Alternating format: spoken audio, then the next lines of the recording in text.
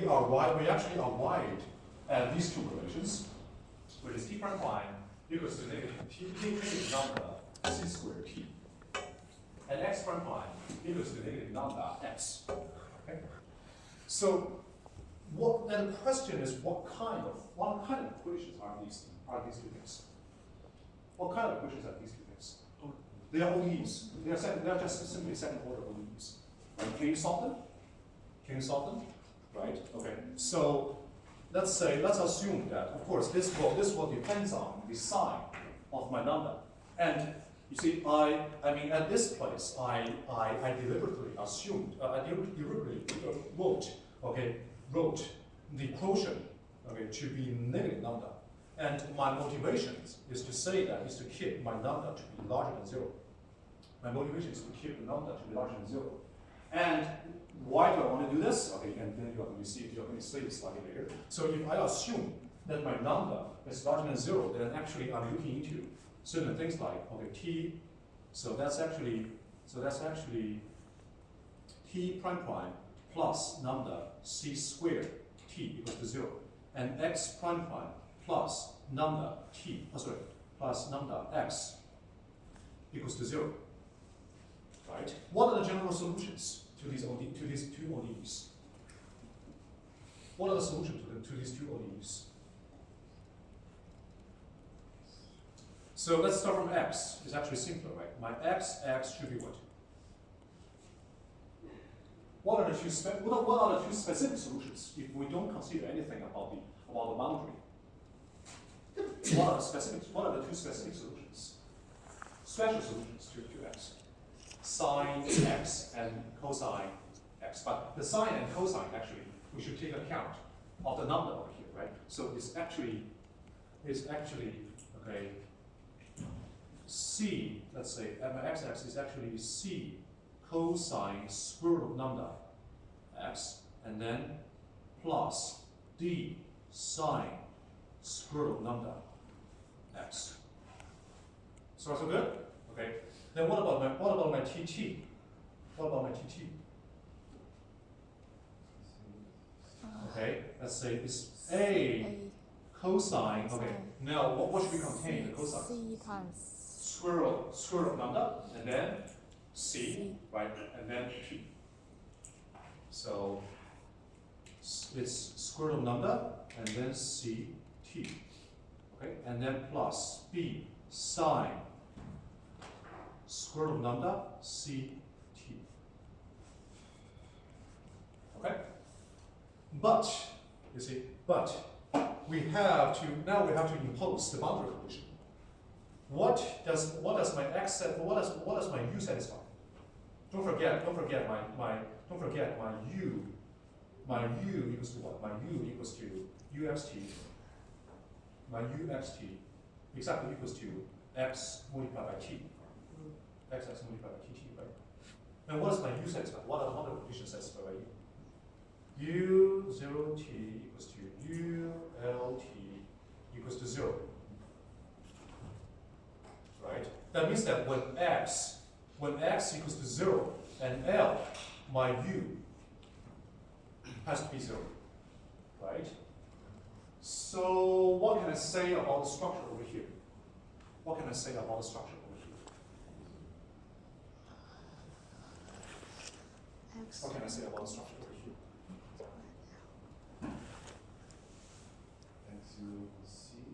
First of all, can cosine exist over there? What can I say about the cosine part? The cosine is always going to bring in what?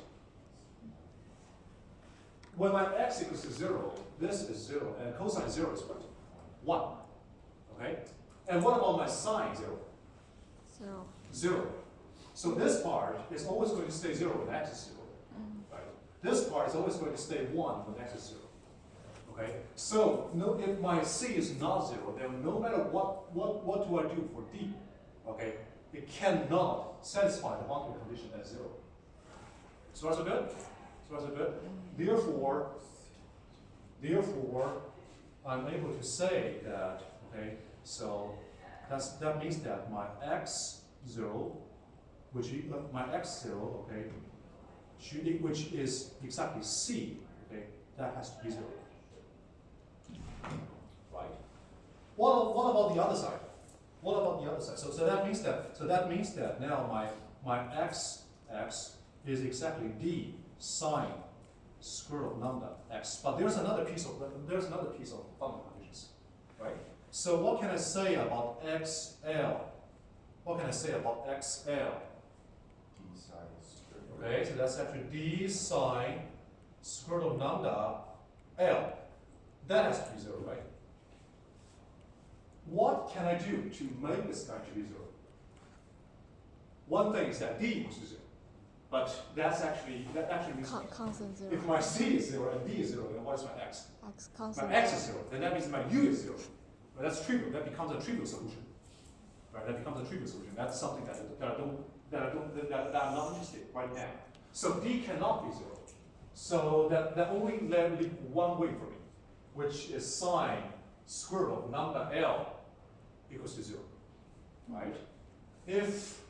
So that means that the square root of lambda l has to be what?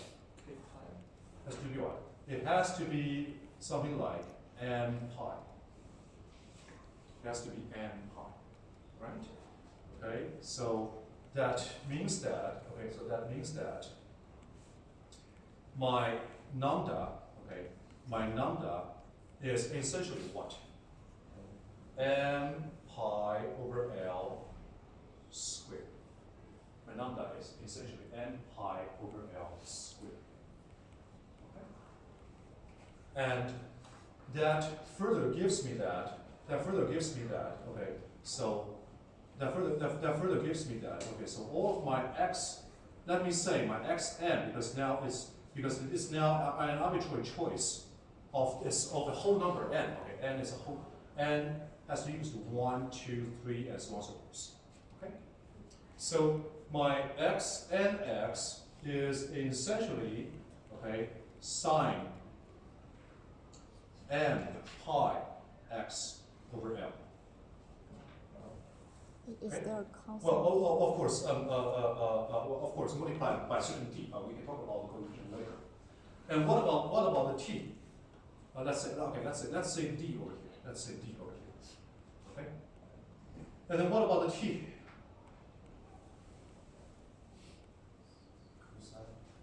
Okay, t. Oh, sorry. Is a function about t, right? T is actually a. Let's say an. Okay, an cosine what? So m pi c over L t, right? And then plus bn sine m pi c over L t. Finally, my un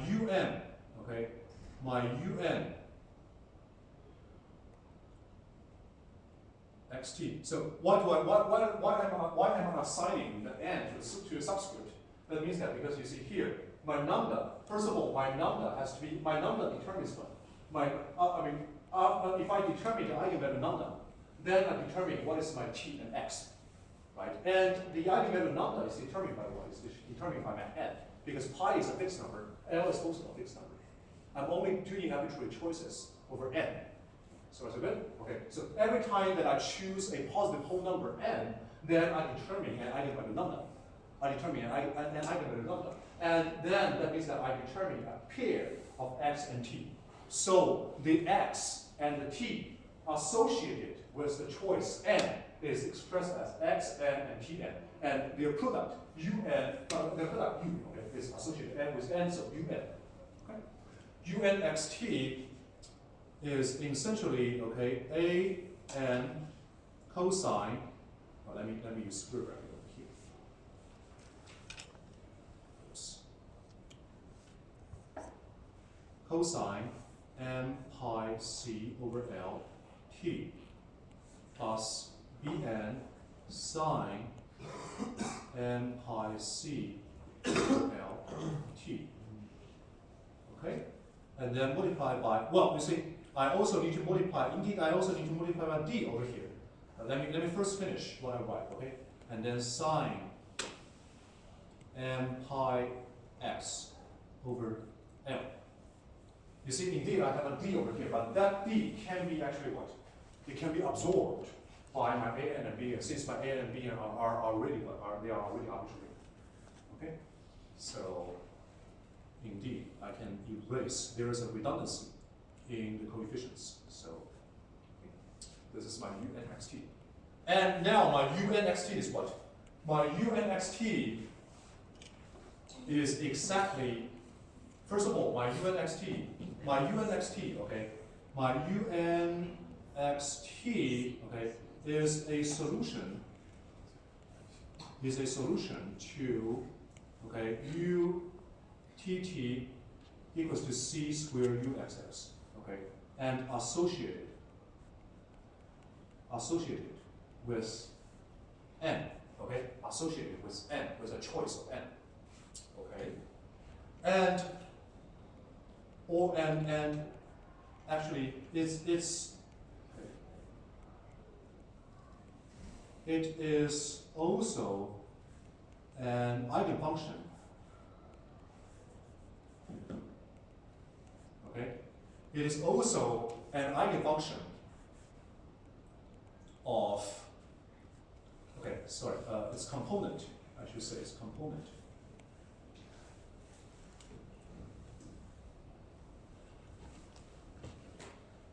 Its components, xn and tn, are also eigenfunctions.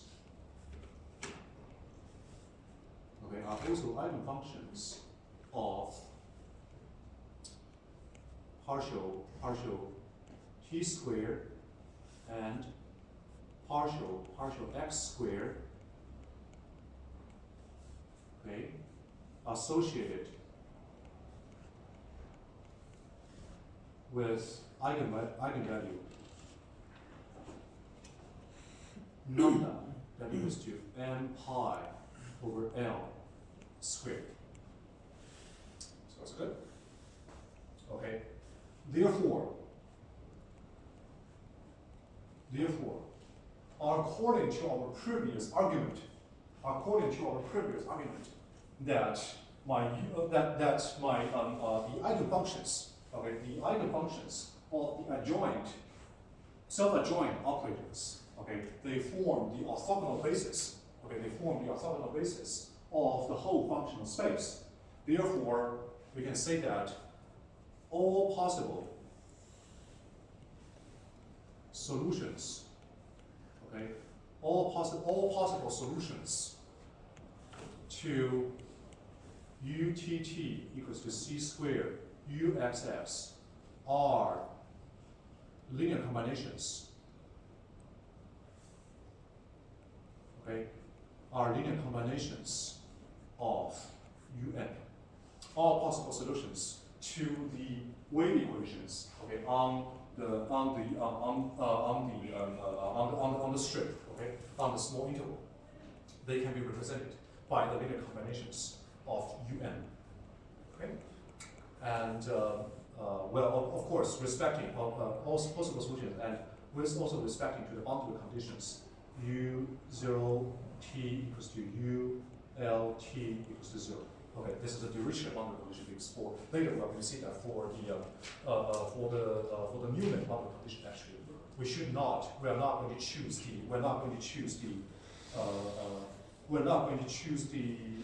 where is it? C and D. Yes, we're going to see that for the Newman boundary condition. Okay, we're not going to choose the sine branch, we're actually going to choose the cosine branch. But that's another story.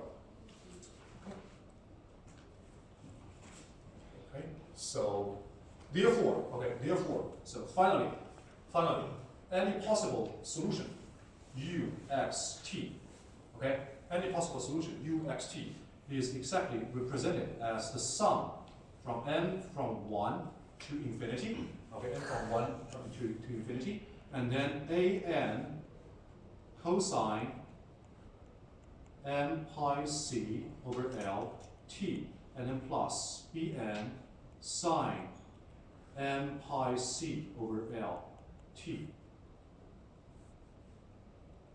multiplied by sine m pi x over L.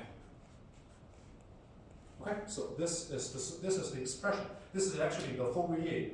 This is actually come back to our claim at the very beginning. This is actually the Fourier series. Okay, Fourier series expression. Series expression of solutions.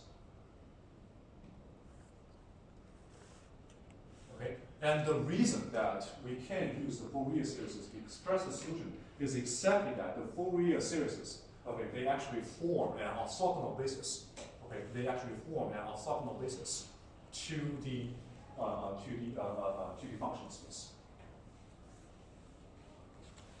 Okay, and what are these? So the question is that. One more comment. Okay, one more comment about what are there in the Fourier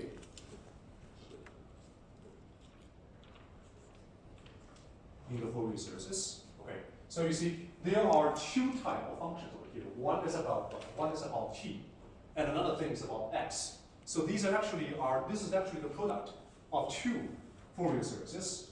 One Fourier series is about x, okay, and another Fourier series is about t. And over here,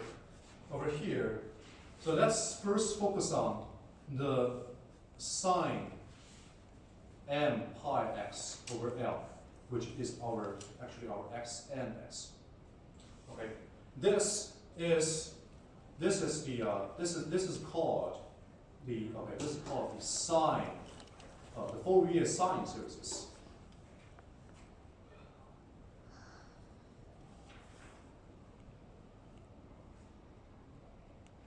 Okay, on interval 0 and L. This is the Fourier sine series on interval 0 and L. Okay, and you see, can anybody tell me again what was the reason that we were only choosing sine instead of cosine over here? You see, because the series is for t, it contains both the components for cosine and sine, right? What is the reason that I'm only having sine for space instead of cosine? Initial condition? Boundary conditions, right? It's exactly because of the boundary conditions. Okay, and only the sine functions, okay, can satisfy such boundary conditions. Okay, only the sine, and therefore, later, and also the sine functions are what? The sine m pi x over L, they are exactly the eigenfunctions. Okay, these are, don't forget, these are the eigenfunctions. Okay, these are the eigenfunctions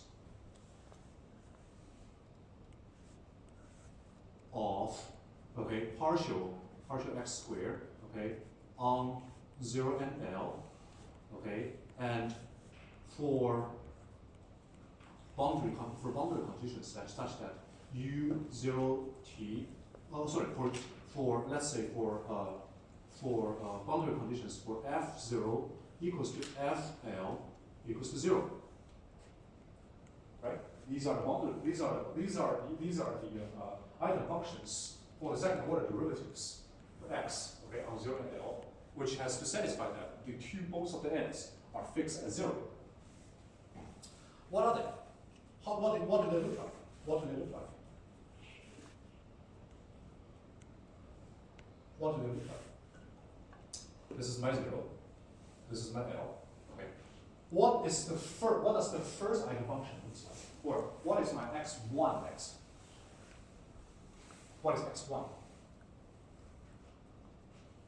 What is x1? Here, of course, it starts from 0. Here, it ends at 0. And then what? Okay, because you see, when my n is taking 1, then when x goes from 0 to L, this guy goes from where to where?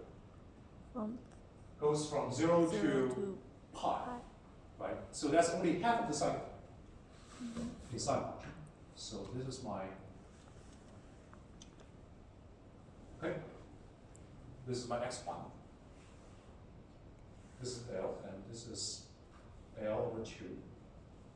Okay, so this is my x1. What about my x2? What about my x2? Okay, now it goes to, okay, a full cycle, okay? Let me use another color.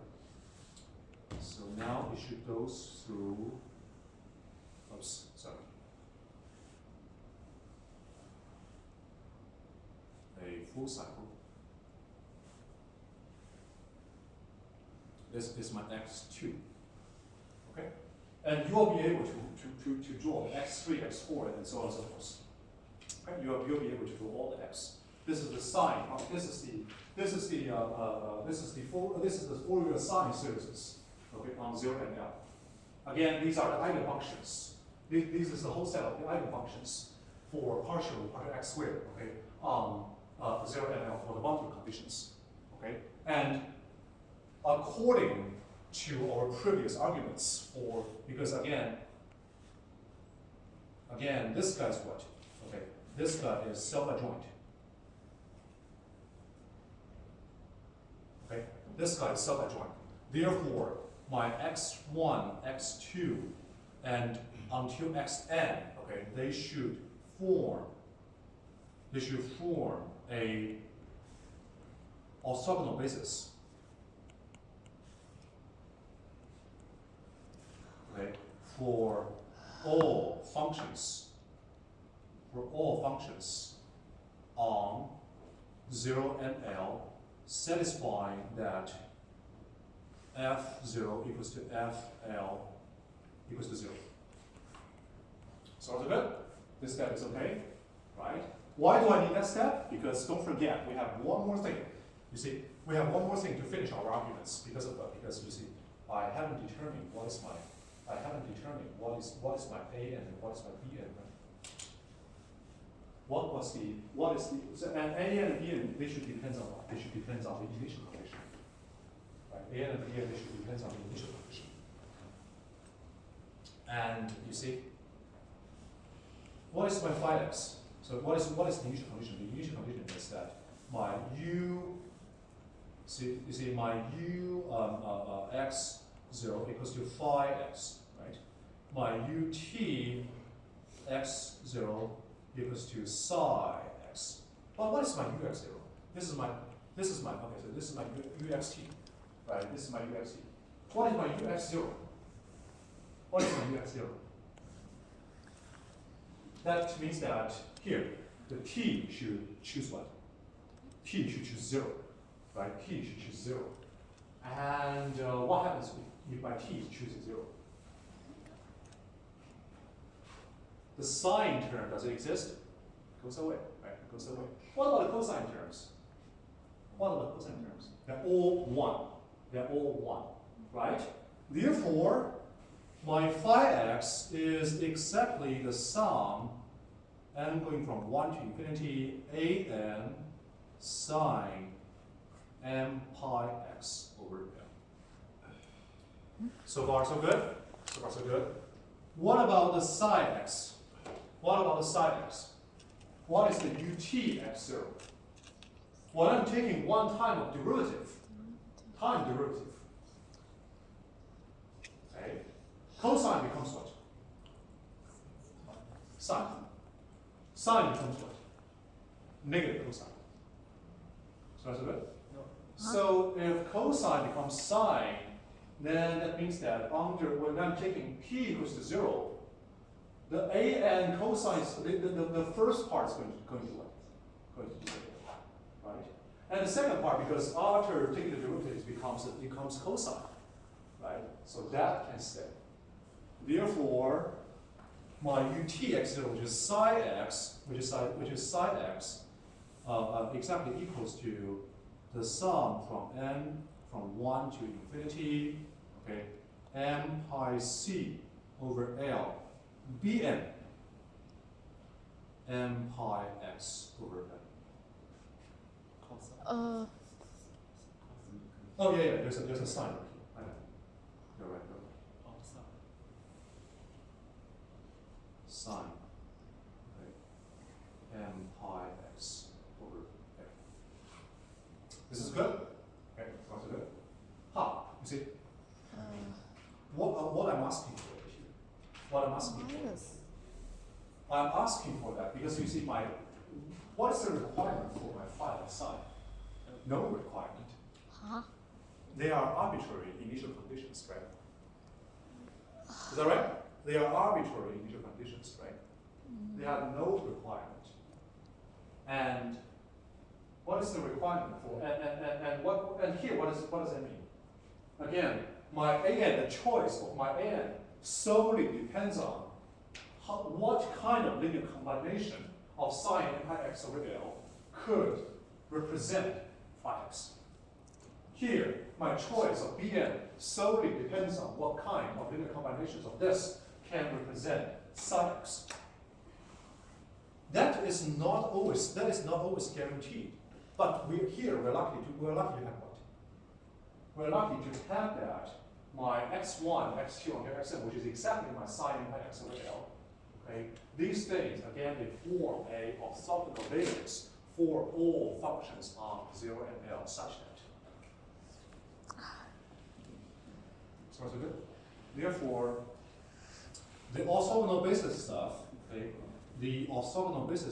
it guarantees that this will work.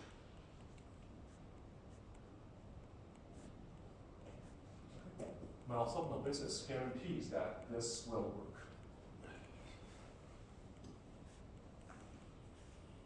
Everything okay? Okay. Oh, and you may have a question, right? I just said that my x and all these things, okay, they form orthogonal basis for all functions on 0 and L, but the boundary has to be controlled as 0. Right? The boundary has to be controlled as 0. But here, I just said that my phi and psi, you see, they are the initial conditions, they can literally be anything. They can literally be anything. It doesn't have to be 0 L. Right? It doesn't have to be a 0 L. How do I solve this all? How do I solve this all? If my phi, you see, if my phi and psi, you can also see it directly from these two formula, right? Let's say my phi 0 is not 0, and my psi 0 is also not 0. Okay, but on the right hand side, sine something 0 is always right. That's always going to be 0. That's a big inconsistency, right? How do I deal with that? How do I deal with the odds? Okay, that depends on what does it mean by the convergence of the Fourier series over here. What does it mean by the convergence of the Fourier series over here? And we are saying that, and actually, let me make one more comment on this. So first of all, the convergence of this Fourier series, the discussion of the convergence of the Fourier series will be deferred to chapter 5. Okay, will be deferred to chapter 5. And it's okay for my phi and psi over here to be not 0. Okay, to be not 0 on the boundaries. It's okay to have that. But, okay, the convergence will be in the sense of certain integration. Okay, the convergence will not be pointwise. The convergence will not be pointwise, but in the sense of integration. Or a little bit, or more specifically, if I am having, okay, for example, more specifically, let's consider this is my phi x, okay, this is my phi x, okay, this is 0, and this is L, okay, my phi x is not 0 on both sides, right? My phi x is not 0 on both sides, okay? Then, if I'm trying to use a Fourier sine, okay, if I'm trying to use a Fourier sine series to approximate phi x, okay, or to represent phi x, then when we're having more and more and more and more terms, okay, in this sum, okay, of course, these two boundaries, they will always be kept as 0, which is indeed big inconsistencies, okay? But the sum will be more and more look like something like this. So let me use another color. Okay. Will be more. The sum will be more and more look like this, and then finally goes down over here. Okay. If I zoom this in a little bit, okay, over here, of course, over here. Okay. Then that's something like.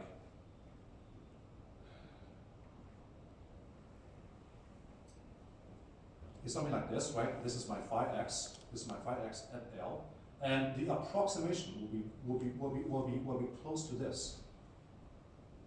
Okay, the approximation will be close to this, which means that the absolute value of the differences between 5x and the approximation, of course, it will be large on the both sides, but the strip over here is going to be more and more and more narrow. The strip over here is going to become more and more and more narrow. That means that if you compute the integration, okay, the integration of the absolute value of absolute value of the error, okay, of the approximation is going to converge to 0. Okay, so that convergence is discussed in the sense of in the integration instead of pointwise, okay? Because pointwise it indeed okay, does not. Okay, so that's about everything that I would like to discuss for today for chapter 4.1. And yeah, we are having about 15 minutes left. And is there any questions about homework or any previous materials that we should discuss? Just for the midterm, can you talk a little bit about what you expect in terms of memorizing equations, or just which equations will be kind of provided? Yeah. So that's a good question. So let's see. So at least, first of all, the derivation of the, let's start from the very beginning, okay? You should know, of course you should know how to, okay, so let me tell you what I'm expecting. You should be able to tell what does it mean by linear, nonlinear. Okay, linear operators, nonlinear operators. You should be able to tell how to solve first order linear equations without any help. Okay, of course, you should also know, you're also supposed to know what are characteristic ones, okay, and making the change of the coordinates. And that's basically everything about one and 2, chapter 1 and 2. And you should be able to deduce the equation of transport, the equation of vibrations, and including the vibrations of the drum head and vibration of the strings, and the diffusions, and the heat flow, and also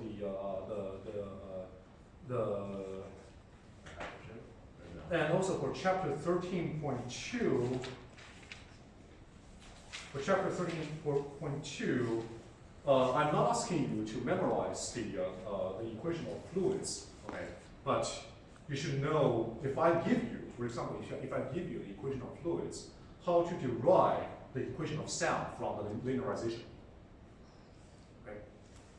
Which means the acoustic, okay, the acoustic part of chapter 13.2, and also. Well-posedness, okay, you should know what does it mean by well-posedness. And the initial and boundary conditions, you should know what does it mean by Dirichlet boundary condition, Newman boundary condition, and Robic boundary conditions, and what are the physical interpretations when I'm imposing these boundary conditions for different type of equations. Okay, so that's everything about chapter 1 and chapter 13.2. Oh, and also the type of second order equations. Okay, and how do you do the bilinear form stuff? Okay, and how do you determine if a second order equation is elliptic and or also hyperbolic or parabolic? Okay, so that's everything about chapter 1. And for chapter 2, You should know, of course, you should know how to solve wave equation on the whole real line, and you should know how to solve the diffusion equation on the whole real line. Okay, and how to propose the well-closeness, how to prove the well-closeness for the diffusion equation on a finite interval. Okay, and the energy method, the causality, and the energy method, and all the properties for the wave equation and heat equations. Okay, so that's everything about chapter 2. So that's good. And chapter 3.1, 3.2, okay, you should know what does it mean by reflection methods. Okay, and but specifically for the reflection of waves on finite interval, okay, I don't require you to memorize how to determine the explicit formula of the solution of wave equations on finite intervals. Okay, and diffusion with a source. Okay, how to deduce that? How to solve the corresponding equations? Diffusion of the source on half of the real line. Okay, and chapter 3.5 and for chapter 3.5, when we are talking about how to justify, that the solution, okay, of a diffusion equation is indeed a solution, okay, you should be able to know it. Okay, that's required as a self-reading materials. Okay, that's basically everything. So very good. Okay. Any other questions? Like the formula to like the wave equation and the diffusion equation will be given or not? You'll begin. Sorry, what? The solution. Well, okay. Yeah, so because it's quite. yeah. The solution, the source function, the form of the source function will be given for the diffusion equation, but not for the wave equation, because the wave equation is actually much simpler than the source function for the diffusion equation. Right. So again, for diffusion equation, for wave equation on the whole real line, you're on your own. Okay, you're on your own. And for the diffusion equation on the whole real line, I'm going to give you what is the source function. Okay. Anything else?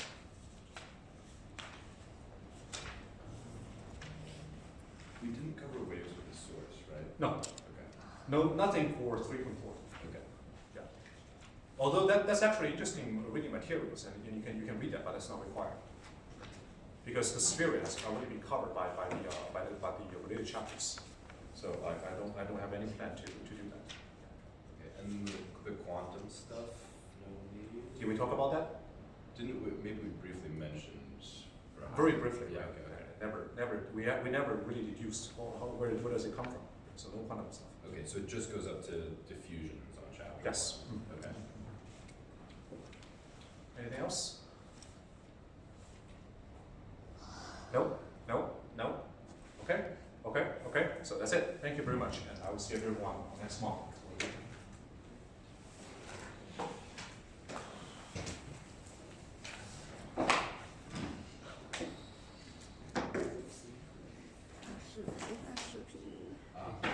Will the error function? 如果他爹忘关了。